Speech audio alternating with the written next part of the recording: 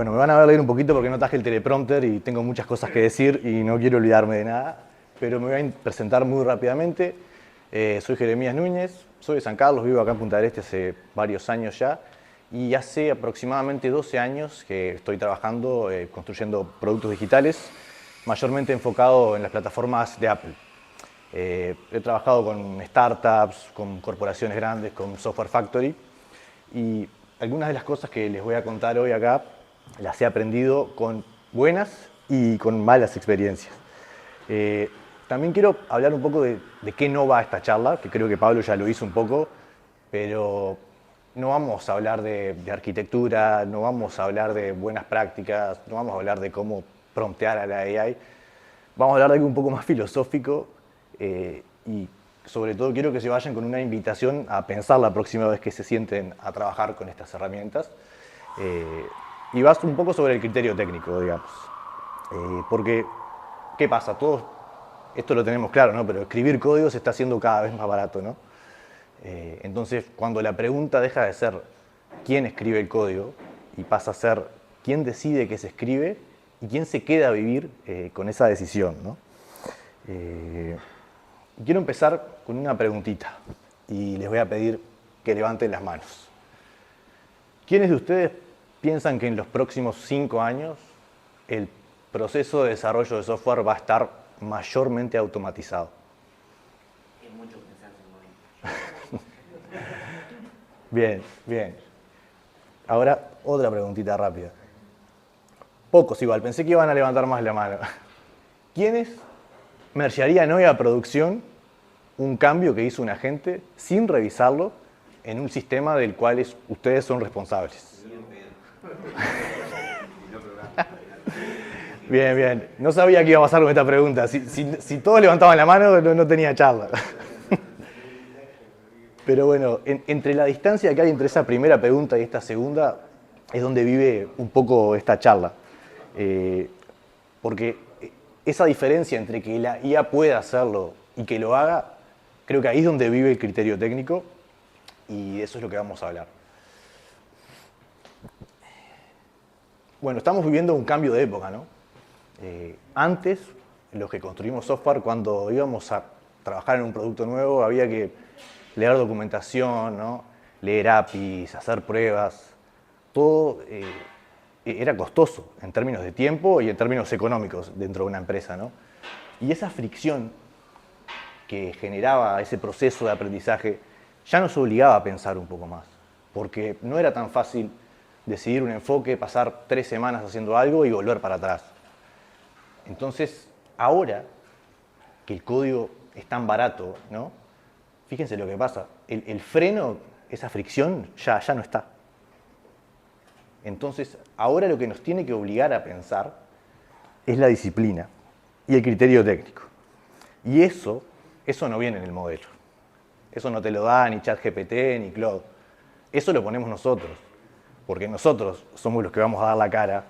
Después, si algo se rompe, no vamos a decirle a Claude, hey, explícale a mi jefe por qué se rompió eso. No, yo voy a dar la cara. Y cuando no está esa disciplina, les quiero contar algo que me pasó hace unas semanas. Estaba trabajando en una idea para una aplicación con ChatGPT y lo que hacía, algo que hago seguido, es hablo con ChatGPT, hablo con Claude y entre los dos voy haciendo un ida y vuelta, ¿no? Voy refinando la idea, digamos. Y la verdad, era fascinante ver cómo en cada iteración, digamos, el producto se iba refinando, iban apareciendo casos borde que no había pensado. El lenguaje del producto en sí como que se iba refinando. Pero ¿qué pasa? No iba a terminar nunca eso. Porque estas herramientas son herramientas generativas, ¿no? Lo dice su nombre. Están hechos para producir y producir y producir, no para decirte, no, paremos. Entonces, se dan cuenta que el freno que estaba antes ya no está. Entonces, en una época en la que generar opciones es tan fácil, descartar pasa a ser la prioridad, ¿no? Saber cuándo decir no, o esto ahora no, o arranquemos solo por esto, ¿no? Y para descartar es donde yo considero que hace falta criterio. Y para hablar de criterio, quiero traer a alguien que es el señor Kent Beck, que no sé si alguien lo conoce, pero este tipo es una persona a la que le debemos gran parte de cómo se escribe el código hoy en día. Fue uno de los primeros firmantes del Manifiesto Ágil, que fue toda una movida que se empezó a dar al final de los 90, principios de los 2000, que básicamente se oponía a lo que eran las metodologías de cascada, ¿no? Donde se hacía un plan, se ejecutaba y al final le llegaba al cliente, el cliente lo veía y decía, esto es una porquería y había que volver a empezar. Kent Beck, junto con otras personas, se juntaron y dijeron, no podemos seguir trabajando así. Tenemos que cambiar la forma en que se trabaja. Entre otras cosas, popularizó una metodología que se llama Extreme Programming, que ponía, digamos, la adaptabilidad y el cambio en el centro, ¿no? Y buscaba ciclos de iteración rápidos en oposición a lo que se hacía antes en el modelo de cascada. Entonces este tipo no es un opinólogo, digamos, no es un opinólogo más de Twitter. Es uno de los tipos que creó el andamiaje de cómo se escribe el código hoy. Y les confieso que me pasó algo muy loco con este libro, que yo pensé que era un libro que me iba a hablar sobre refactoring, sobre cómo diseñar software mejor, pero en realidad lo que este señor nos plantea es una pregunta más filosófica. No habla de cómo diseñar el sistema perfecto, sino nos invita, mejor dicho, a pensar en un balance entre lo que necesito ahora y lo que probablemente voy a necesitar mañana. Entonces, el planteo del diseño está bueno porque no habla de un diseño grandioso, de una superarquitectura, sino de algo chiquito, en el día a día. Cuando tengo que hacer un cambio en el sistema, por algo, pensar, ¿me conviene ordenar algo antes de cambiar esta parte del sistema? ¿Y a qué se refiere él con ordenar? Él lo plantea en términos de finanzas. Si ordeno algo ahora, quizás me compro una opción para un cambio más barato a futuro. Ahora, no sé si se fijaron, pero el título del libro es una pregunta. Él no da una respuesta definitiva a esto porque no la hay. Es muy dependiente del contexto, ¿no? Hay una frase del libro que me quedó mucho que él dice, a mí no me pagan por lo que el software hace hoy, me pagan por lo que puede hacer mañana. Entonces, un poco el hilo del libro y esta charla va en eso, en ese balance entre lo que necesito ahora y lo que probablemente voy a necesitar a futuro. Entonces, usando esto como el lente a la hora de sentarnos a trabajar con los agentes, aparece un principio que también se popularizó con Extreme Programming allí a finales de los 90, que es YAGNI. You aren't gonna need it. Es esto, básicamente. Y esto lo que nos dice no es que haya que escribir menos código, sino que no hay que comprometerse con un futuro que todavía no sabemos si necesitamos. Es tentador, y hoy más que nunca, construir una abstracción genérica, algo reutilizable. Quizás tiene sentido, quizás no tiene sentido, pero, lo que este principio intenta hacer que tengamos en mente es mantener el cambio barato. Entonces, no comprometernos con algo que quizás todavía no necesitamos. Y antes, ¿qué pasaba? La fricción que había al aprender las APIs, al aprender los frameworks, nos protegía un poco de esto, porque todo eso llevaba esfuerzo y llevaba trabajo. Pero hoy en día, donde vos le pedís cualquier cosa a la gente y te plantea 3 soluciones, les decís, hacelo más escalable, y te contesta con autoridad y con confianza, es muy tentador comprometernos con futuros imaginarios. Entonces, yo considero que esto hoy pasa de ser una defensa activa más que hacer un consejo viejo. Y de hecho, le comentaba a Pablo hace un rato, hace pocos días se popularizó un skill para agentes que se llama Ponytail, que lo que hace es exactamente esto. Le dice a la gente, arrancá de a poquito. O sea, la mínima unidad de valor necesaria. Porque no se olviden de lo que les decía, los agentes, estas herramientas, Cloud, Code, Codex, etcétera, son herramientas generativas. NVIDIA quiere que compremos tokens, ¿no? No sé si vieron, hace poco salió un informe de la inversión que habían hecho las empresas en AI y el retorno que habían obtenido a cambio. Todas estaban en rojo, menos la única. Bueno, ahora quiero hacer otra preguntita rápida. ¿A quién le pasó alguna vez que un cambio chiquitito, agregar un campo, soportar un caso más, terminó tocando medio sistema?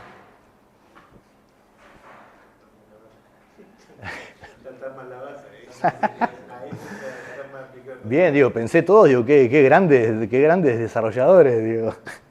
¿Y qué pasa? Hoy cambió algo, porque es más fácil que nunca llamarle un cambio chico a todo. Porque el agente lo piensa, lo analiza y en 5 minutos te dice, acá está la solución. Y te la implementa en 30 segundos, te corre los tests, todo. Pero ojo, que algo sea rápido de escribir no significa que sea chico de mantener. No nos dice cuánto del sistema va a tocar. Quizás es un cambio de una línea en un módulo que está acá abajo que impacta en todo lo demás. Entonces fíjense lo que cambió. El cambio chico hoy puede ser cualquier cosa, pero lo que no ha cambiado, por ahora al menos, son los principios que mantienen a los sistemas funcionando. Los límites claros, el acoplamiento bajo, la cohesión alta, tener test que sean confiables, nombres con intención, cambios proporcionales que tengan un impacto proporcional. ¿Y por qué un cambio se vuelve caro? A grosso modo, cuando trabajamos un sistema, lo podemos mirar de dos maneras, ¿no? El comportamiento y la estructura, o el qué y el cómo, si se quiere. El comportamiento es lo que el usuario ve, ¿no? Con lo que el usuario interactúa. La estructura, sin embargo, la vive el equipo que construye ese sistema. Y esa estructura es la que te permite o te condiciona cómo podés cambiar el sistema mañana. ¿Y qué pasa? Una feature nueva se ve, ¿no? El usuario lo ve y te dice, wow, está buenísimo. Una buena frontera interna no se ve, pero es lo que te condiciona el esfuerzo de cambiar un sistema. Y acá el señor Kent Beck en el libro toma dos conceptos clásicos, que es la cuestión del acoplamiento, o sea, si cambio A, también tengo que cantar B, que un acoplamiento alto nos genera un radio de impacto del cambio más alto, y la cohesión, ¿no? Que es lo que cambia junto, vive junto, o tengo que estar tocando 20.000 archivos por todos lados. Cuando tengo acoplamiento alto y cohesión baja, ya sé que un cambio me va a tocar todo el sistema. Eso me genera más carga mental y sube el riesgo y potencialmente el costo de ese cambio. Y esto con los agentes creo que pega más que nunca hoy, porque la gente puede ir y cambiar 10, 100 archivos sin esfuerzo, no se cansa, no le sube la carga mental. Entonces, yo considero que es responsabilidad de nosotros, mediante un buen diseño del sistema, bajar ese radio de explosión y bajar esa carga mental. Por más que no seamos nosotros los que escribimos el código, el agente necesita entender el contexto. Y les hago un pequeño spoiler, esto se está midiendo y está yendo muy para arriba. Entonces, si la estructura del sistema me condiciona un cambio del mañana, ¿cuánto invierto hoy para abaratar el cambio de mañana? Y no hay una respuesta definitiva a esto. O sea, es muy dependiente del contexto. Les cuento un caso donde esto me salió bien. En la empresa que estoy ahora, hace unos años se decidió reescribir de cero uno de los productos que es un probador virtual de maquillaje. Producto relativamente complejo que corre varios modelos de Machine Learning para detectar diferentes partes de la cara, un motor para dibujar los efectos, y decidimos, con un poco de resistencia, modularizar bien desde el principio, porque sabíamos que era un sistema que iba a estar vivo por muchos años, y en ese momento el tiempo nos permitía un poco hacer eso. Ahora, no fue fácil, porque se imaginan que por semanas, 3 o 4 semanas, no se entregaba nada, digamos. La gente de producto preguntaba, ¿ahí qué se está haciendo? Se está armando el andamiaje. Ojo, entiendo que esto no siempre es posible, ¿no? Hay veces que el contexto te obliga a salir rápido y a salir de la manera que se puede. En nuestro caso, tuvimos la suerte de que la jugada salió bien y las features que se agregaron más adelante salieron rápido, salieron fácil, stakeholders contentos, todos felices. Y bueno, hasta acá, capaz que el criterio, ese criterio técnico del que les quiero hablar, sonó como algo individual, como algo de uno, que en parte sí lo es, pero también es una capacidad de equipo. Y como toda capacidad de equipo, si no se cultiva, se atrofia. En mi experiencia he observado hay muchas de seguro, pero he observado 2 cosas en particular que tienden a atrofiar más ese criterio. La primera es el verticalazo. Cuando en un equipo una decisión técnica viene tomada de arriba y el equipo se le dice, esto se va a hacer así. ¿Y qué pasa ahí? El equipo solo ejecuta, el equipo no decide y el equipo no aprende. La decisión la tomó otro y yo me tengo que quedar a vivir con ella. Lo otro, que es un poco más sutil, pero hoy más peligroso, es la recomendación confiada. Cuando alguien con peso nos propone algo y nosotros aceptamos sin cuestionar. Una experiencia que me pasó con esto fue trabajando con un arquitecto bastante senior en una empresa que hacía un producto que era un punto de venta para restaurantes y bares. Tenían un módulo para recolectar puntos y promociones que se había hecho hace mucho tiempo, se dejó quieto, nadie lo usaba y en un momento el negocio decide que es una prioridad de vuelta. Y ahí surgió la eterna interrogante de ¿reescribimos de cero o rehusamos lo que ya hay? Y yo me dejé un poco influir por este arquitecto que tenía buen criterio, considero yo, pero viéndolo en retrospectiva, yo tenía una mejor perspectiva del sistema y algo dentro mío me decía, no hay que rehusar lo que hay. Pero le terminé haciendo caso y fue un error. Tuvimos meses viviendo con problemas que no se terminaban de arreglar. Un fracaso. Entonces, ¿qué quiero que se lleven de acá? Que la recomendación no nos transfiere la responsabilidad de nosotros evaluar con criterio crítico. Y la gente hoy en día es una máquina de recomendar, ¿no? Y suena confiado, suena seguro, es muy tentador. Pero, y esto es clave, desconoce del contexto económico y de negocio donde nosotros estamos parados. Ya sea en una empresa o ya sea trabajando solo. Entonces, si estas fuerzas, digamos, atrofian el criterio, ¿cómo hacemos para protegerlo? Y más importante aún, ¿cómo hacemos para enseñárselo a las personas que recién se están incorporando a este rubro? Y bueno, acá de vuelta, de seguro hay varias formas. Yo les voy a comentar lo que en mi experiencia me ha resultado más útil, que son básicamente 3 cosas. Y la primera, capaz que suena obvia, pero a veces no pasa, que es el equipo que implementa un sistema tiene que ser el dueño de las decisiones. Porque ellos son los que van a vivir con esa estructura que hablamos antes, que es la que condiciona los cambios. Entonces, si el equipo no toma las decisiones, hay resistencia, hay menos, no me sale en español, pero piel en el juego, como dicen en inglés. Lo otro es plantear un problema, no la solución. Por más que nosotros sepamos la solución, dejar que el equipo encuentre la solución.